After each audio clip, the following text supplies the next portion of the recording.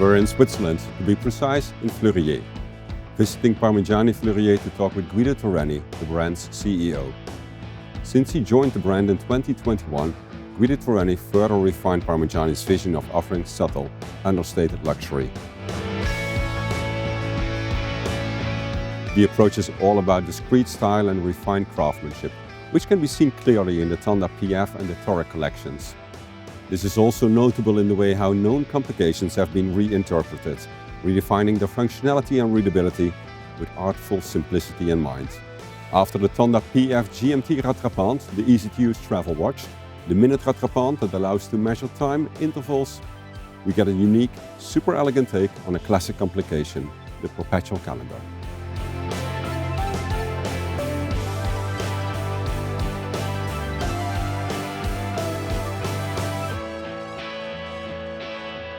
Guido, thanks for having us. I've been watching Parmigiani for quite some time, and since you arrived in 2021, we've seen more understated elegance, not just in the design, but also in how complications have been approached, redesigned, how they function and how they display their function. Can you tell us more about that? First of all, thank you for coming to Fleurier. Yeah, your question is a very deep one, because when I joined, I was understanding the client of Parmigiani, who made the brand so prestigious in the late 90s. And the values were deep knowledge of luxury and extreme refinement and discretion. And these are values that Michel brought to the brand as a father, and that's his etymology, no? And if you want, in nowadays time that are less formal and that they are evolving luxury in a more practical way, if you want, you are confronted to what is that client today, 30 years later, what would you be willing to serve him with? And we went to the essence of the aesthetics and the refinement. And it's not only aesthetical, but it's also technical, because it's a question of how pure the idea is. No? Purity is part of our style, and through purity you have the simplicity of the idea, but it's an apparent simplicity, and it becomes very difficult in the execution to get that luxury last and that refinement.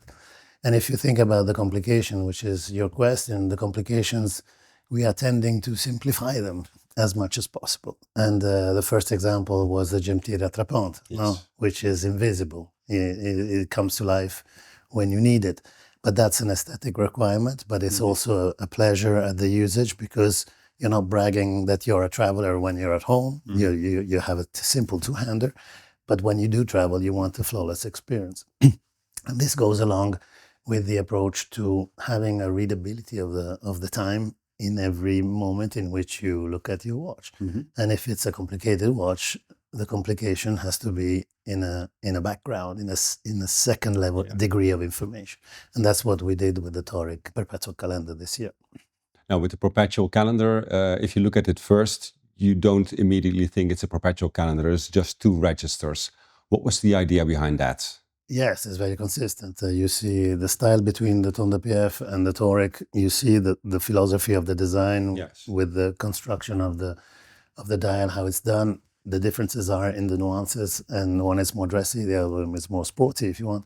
But then the philosophy remains the same. It's the purity of aesthetics with an extreme sophistication in the finishings that are artisanal, handmade, hand guilloché on one side on the dial, or a gold grain en main dial on the Toric, which is extremely pleasant, but never flashy, never in your face. Now, these are finishings that are most invisible, as if you look at the size of the pattern of the guilloché main on the Tonda PF, it's almost a background. There's nothing invasive to the reading of the time. Same thing on the Toric. So it's part of a philosophy of being subtle, never loud. It's not about appearances, it's about substance. Refinement. Yeah. Now, you already mentioned the new Perpetual Calendar in the Toric collection, the two registers. Can you tell us more about how it was technically conceived? The movement, the Perpetual Calendar module that's on top of the movement? The function had to be extremely readable, but with the ambition to and not be invasive to reading the hour and the minute hand, which is what you have to repair every time you look at your watch. And so by doing 2 coaxial counters, where you have the 4 information of the perpetual calendars, at 4 and 8 o'clock, you are achieving that objective. And the logo at 12 o'clock is the perfect balance in terms of the display, because the 2 counters and the logo, if you draw a line together, you will have a perfect triangle. And that is about how you feel the space that you have at your disposal. And sometimes you have to take decisions before seeing the complete watch, because, for instance, where the 2 counters are, the pivots in which the 4 hands are there, are a constraint, and that is a constraint in design before even knowing in which watch case you will be putting in the movement in, because those are the positions that define the dimension of the counters. And according to the opening, it fills the watch only with that opening, which is a 39 opening, because the case is a little slightly bigger. It's 40.6 because the body of the case is a little bit fatter. We give you that opulence of the material, which will be without being flashy. So the opening of the dial is a 39, but the body is a little bit more generous to give you that roundness of the beautiful shape of the case.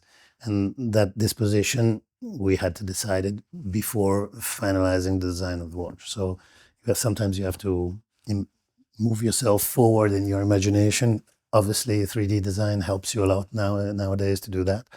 But until you see the final impact in the flesh, you're never sure that you did everything right. And we're very happy with the result. The new Toric QP comes with a sort of ice blue dial and also one with a rose gold dial. Incredibly beautiful. So during Watches and Wonders, we already seen many different colors that I usually don't see in the watch world. There's black, gray, silver, blue, maybe salmon. But if I look at what you are doing now with Parmigiani, there's that subtle light blue, there's that slate gray. How do you come to those colors? Well, color is part of our brand. I mean, we have been looking for subtleness, and subtleness goes into ideas which are not conventional, but not conventional, not in a way which they are odd. You have to have that balance of being almost classic, but with a twist, with something that is making you interesting, without being loud, without being flashy, So this is a very thin line, because it goes along with taste. And taste is not something that you can put on a formula and make it right. Taste is about sensitivity, is about your interpretation of aesthetics. And the colors undergo a philosophy, which is these colors have to be, how can I say, distinctive without being warning you out, because the endurance of the pleasure has to last for long, because you have a watch which outlives you, and it cannot be that it's out of fashion because you chose a dial that 3 seasons after it doesn't fit. So the choice of the colors is a choice that is looking at very far away. And we were helped by architecture, because Le Corbusier, which is a Swiss architect who worked on homes, came up with this beautiful palette in 1931, which are pastel colors, very modern. They seem like if they're designed today, but they're almost 100 years old, that palette, because when you're decorating your home, you have to make choices that are giving you the pleasure, but you cannot redecorate your house every season, because that's a lot of work. That's a lot of work. So these choices are distinctive, easy to wear, because when you are putting a watch with a color, you have to fit your outfit, and usually you don't choose what watch you are wearing in the morning. You're using the same watch for a normal period of time, which is important, apart if you are a collector, that you have one for every hour. But the majority of people wear the same watch for a certain period of time. So that dial has to match your outfit, and it has to match it in a pleasant way. So the colors are easy to wear, long-lasting in the pleasure, never loud. So this discretion, this elegance is subtle, and the execution of it comes with the support in which they're expressed. Because if you do the same color on a Guido Terreni or on a Grenemet, they will have different effects, because the light is reflected in different ways. And sometimes you have to also be lucky, because the morning blue of the Perpetual Calendar was a mistake, and but it came out a beautiful mistake. So I said, can it be repeated? And it was repeatable, and so okay, it's approved if we can do it again. Sometimes you need that. Yeah. Now, you explained how you came to that perfect triangle on the front side, but on the back side there's a gorgeous movement that looks, in terms of bridges and pivots, etc., very similar to the one you launched in the Toric when the Toric was relaunched with the small second. Is that the same movement?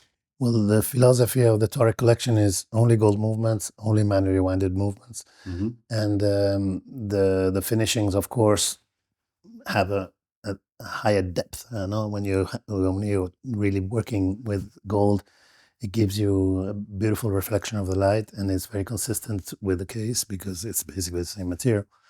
And what we wanted to do is to pay tribute to the conception of the watch, because the movement has the two barrels that are protagonists. When you look at it from the back, you have the two barrels, which Michel wanted, thanks to his knowledge on restoration, because two barrels are important in enduring the quality of your movement, because they worn out less the teeth of the transmission of the wheels of the hour, the minute. And by having those two barrels so protagonist, finished with the maçonnage, beautiful treatment that makes you this optical effect, if you want, on those two beautiful barrels, then we went to give you that texture of finishing with the Côte de Fleurier.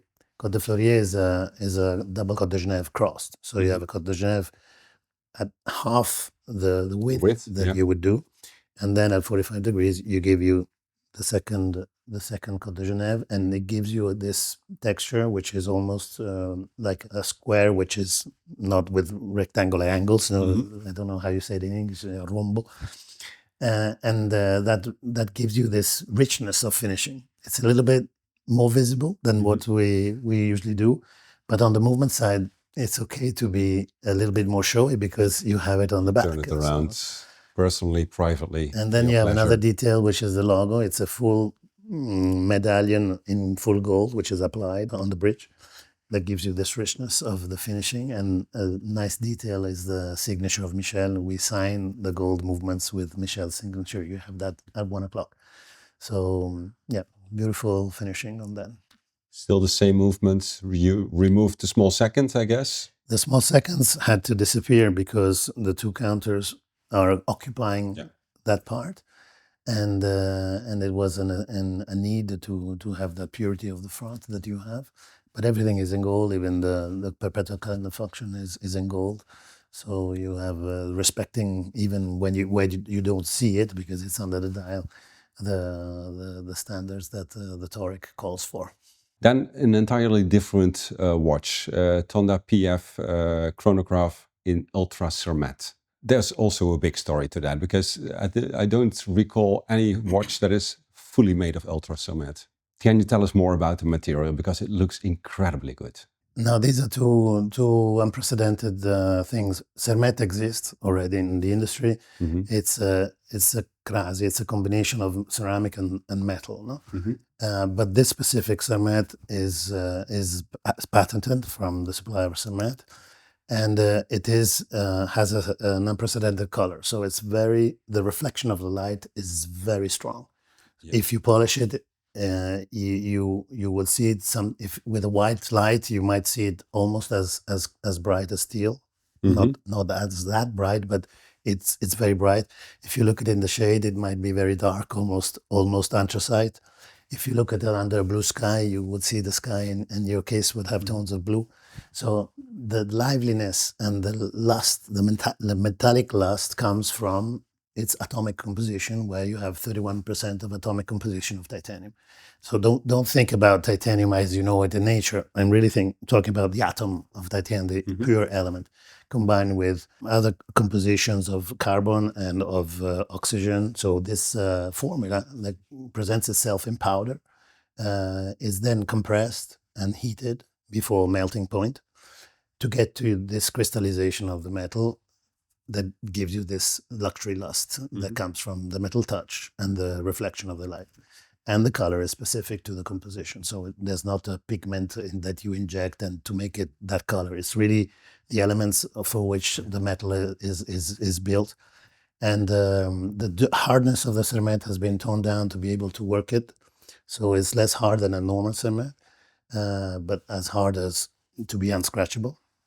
And so you can work it with toolings that are diamond. Only diamond can affect that surface. So if you want the brushing that you see on the case or the polishing, those are done with specific toolings. So it's extremely expensive to do due to the complex design of the Tonda PF case. We had to the case, the bezel, the brushing, polishing, etc. You know, to give you an idea, the bezel, so much work on it. The bezel is done in 2 parts.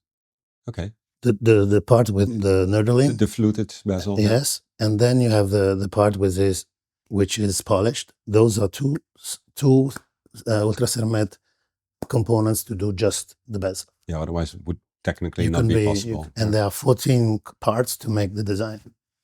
So it's a nightmare in terms of development, but we're extremely happy of the result. And it looks very understated again. I mean, we've seen many black watches throughout the entire industry, and this one is more dark gray. But as you said, you know, sometimes it's much lighter than it's darker, and it plays very much with the reflections. It's all about the subtleness. When you have black, the black absorbs completely the light. Yeah.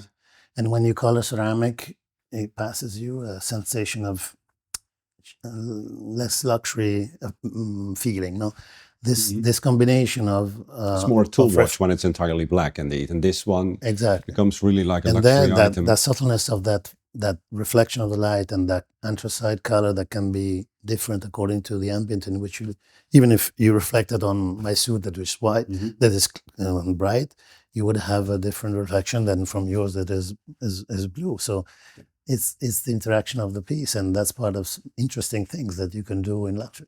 Thank you so much for explaining this, Guido. It was a pleasure. Thank you for being with us today.